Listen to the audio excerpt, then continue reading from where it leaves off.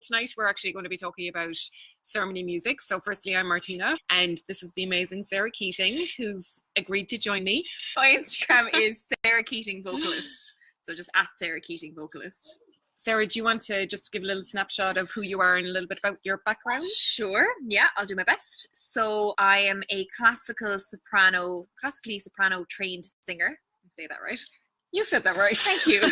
Amazing is basically what that means. Thanks. So I've been singing since I was about 16.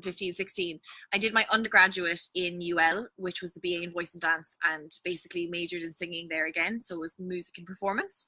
And then I went on to do a master's. So I'm literally just finished that. So I'm now a qualified music therapist, which is brilliant to be able to say that. And congratulations. Thanks. It is amazing. So, yeah, so that's where my career is going at the minute. And then obviously I do a lot of singing at weddings and other events, different life events or corporate events or things like that. Well, firstly, I suppose, okay, you've a couple, they're getting married, they're booking their ceremony. There's so many different types of music out there. Where do you even start? Yeah, there's a lot. And I suppose you probably don't even realize yourself how much there is to think about when it comes to the music until you sit down to say, okay, what music do we want? And you're like, oh wow, okay, I have no idea. Exactly. So I suppose when it comes to the church, there's a couple of things that you need to think about. First of all, what I do, and I'm sure there's a lot of wedding singers that do a lot of different things, but what I do if someone has contacted me and asked me to sing at their wedding, I have a document that I'll send out that has a couple of different options per section where there would be music, typically. Again, these things can be so personalized, and it's really up to what you guys want yourself. After that, then you either choose from the music that I've given you options from. There might be some songs that you know for a fact that you want to walk down the aisle to, or you want to leave the church with your new husband or new wife with, those important moments. Yeah. And those are generally, I will take any kind of a suggestion that someone wants and I'll do my best to do that song. But I will be very honest, if I think myself, I won't do it justice, first of all. If it's something, because obviously different music suits different voices. Yeah. And I'll be very honest about that. And I like to think that most wedding singers would be. The other very important thing after you've gone through a couple of the options and everything is to talk to the priest or whoever is officiating the actual ceremony, because they have a say in terms of what goes on in their church or in their building. Yes. So chat with them once you have your songs kind of chosen, just to make sure they're happy with everything. Make sure they're happy with everything. Exactly. Okay, that makes sense. That's the first, I know that seems like a lot, but it's the start of how you start to fish out your songs and pick at everything. And that's how you get to your then final list. Should we go down through, I suppose, the order of how everything happens then on the day? Definitely. Very so important. When the bridal party arrives. Exactly. It's your entrance song. And this one it's so personal. It's so personal. Yeah, it is. So I actually just have my document here in front of me to give out a couple of the options that I have here. So things like Ave Maria are a great one. Things like Fields of Gold, At Last, When Love Is Found. There's also things that are maybe not vocal. I know I'm a wedding singer. I'm not trying to put myself out of work or anything. Yeah. But a lot of people do like completely instrumental things as well, which is a complete and valid and good option. Yeah. So that's just, And one that you introduced me to recently, 1,000 Years, which is unbelievable. So that's gorgeous song. Become a popular entrance song as well. And Sarah's actually singing that over on her Instagram as well. She's got a video over there. And then you have the lighting of the candles. Yes, the lighting of your candles. Again, that's kind of an optional point. People sometimes, the lighting of the candles generally happens as soon as you come in. So you've walked down the aisle, the wedding party is kind of getting into their places, and then immediately, as soon as the bride meets the groom or as soon as you meet your partner, you go and light the candles. So that entrance song generally covers that as well. I have found anyway. You'll generally find an entrance song that you'll sing the whole lot, because you're having all of your bridal party come in before the actual bride or whoever is coming in. And then they light the candles. So it all kind of will fit under the same song. Okay. Generally. Okay. Now, the next big music section would be the responsorial song. Okay. So what happens then, obviously you'll have your first reading. Generally in the middle of that you pick a psalm, and then your second reading. A lot of the time, if it's going to be a church ceremony, obviously I'm speaking church ceremonies right now, that's going to be a religious piece. So I mean, I have things here like "Here I am, Lord," "The Lord is my shepherd," "Eagle's wings, cloud's veil."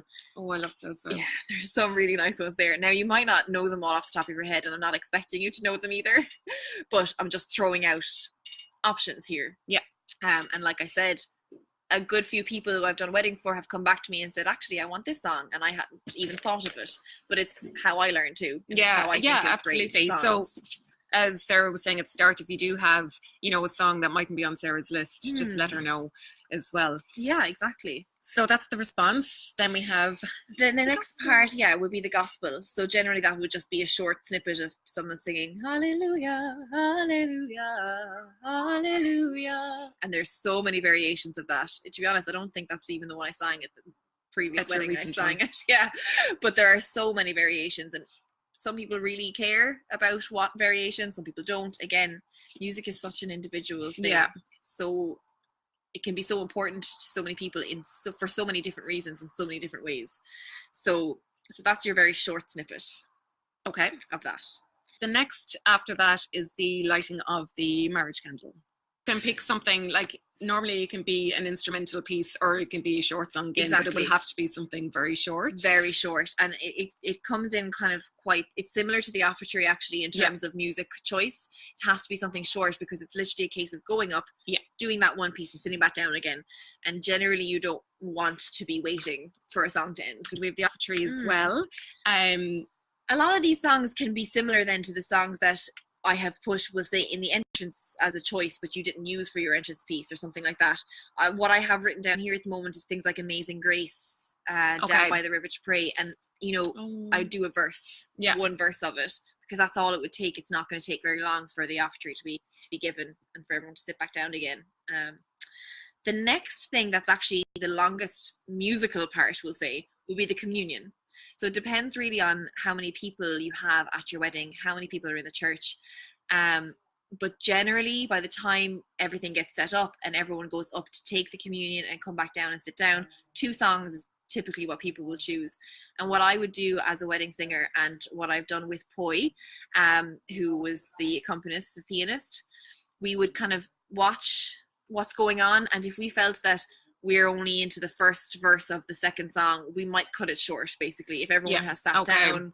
Yeah. So you judge it on the day. We'll judge it on the day, but essentially I generally ask couples to pick 2 songs for that just section, in case. just in case. And most of the time we do end up singing all of both songs. And even if it's just maybe one verse where everyone has sat back down again, they're just listening, it's kind of nice. And it's nice for you as a couple as well to just be able to be like, okay, I can just breathe for a second. Have a little moment, have a breather. Let the singer just do that for a second, and I'll just have a breather, and the next thing I'm going to have to do is it's coming up to the big moment. So, you know.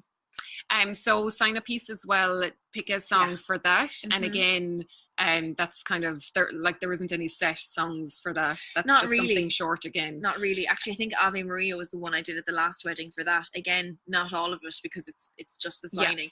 Generally, you'll find, though, at a wedding, that when it comes to the sign of peace, a lot of friends and family members are meeting up, and it's the first time they'll be chatting, really, because they'll probably just arrived to the wedding and sat down, the wedding will have started, and now they'll start chatting. So the sign of peace sometimes in a wedding can take it that little bit longer.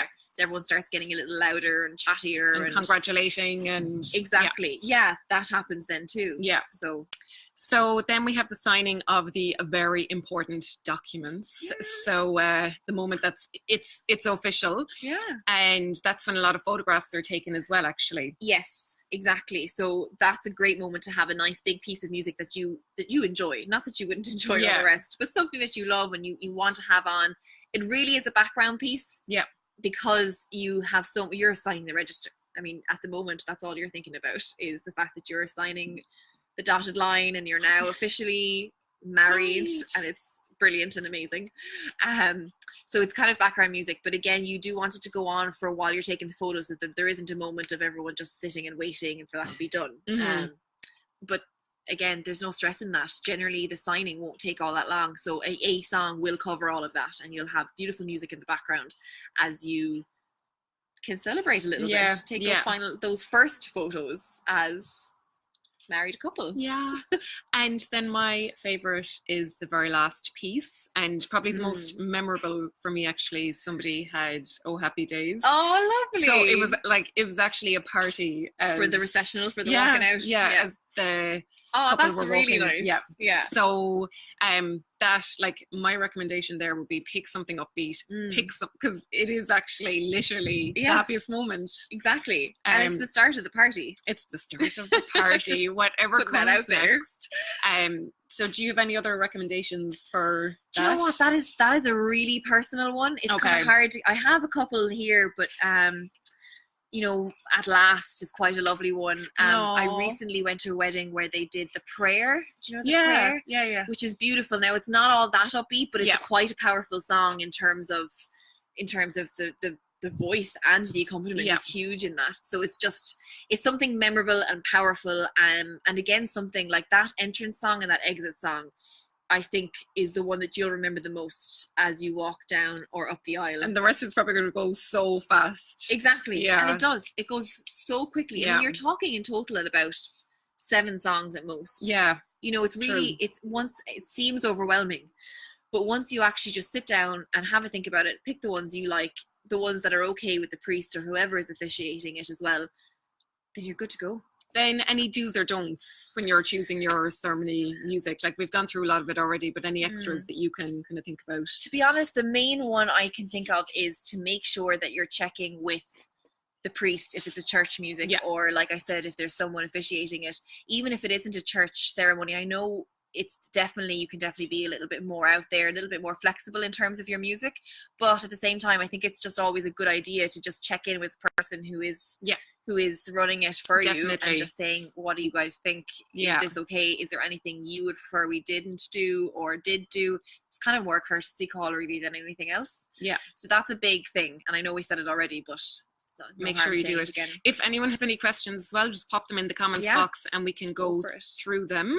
And just a few other quick things from me, I suppose, just from experience. Look, check with your venue if it's not a church as to what equipment they have, because they may have you know, a mic and a PA system or sound system, which will be absolutely brilliant for the celebrant, and they can use that for the main ceremony, but it may actually not be suitable for your singer. Now, normally your singer or musicians will bring their own equipment, but look, it's best to check anyway. Definitely. Just to make sure. And also, actually, I think this is a great find. If you have somebody playing keyboard, check with your venue to see if they have a piano, because often, like, you know, a musician isn't going to wheel in. I know. We have a lot of carrying to do. Well, I don't as a vocalist as much, but I know others do. You have the ukulele. That is quite heavy. Before we go, Sarah is just going to play a little tune to sing us out. Just a small little tiny verse of actually one that's brilliant for weddings as well. A tiny verse, not a big verse. So I'm going to pop out and let you do your thing. Okay, so cool. Thanks everyone, and just email me hello@martinao.com if you want to receive our tip sheet, and I'm going to leave it to you. All right, thanks so much, Martina. All right, I'm just reaching for my ukulele right now, just in case anyone's like, why are you leaving too? I'm not. Okay, so I'm literally just going to do one verse of a song, and then I'm going to say goodbye and click end video. This is a great one for anywhere, really. I mean, you could do it for the signing at the register. You could do it walking into the church, walking down the aisle. You could do it leaving. It's just a beautiful song. It's called Can't Help Falling in Love. Wise men say only fools rush in, but I can't help falling in love with you. But I can't help falling in love with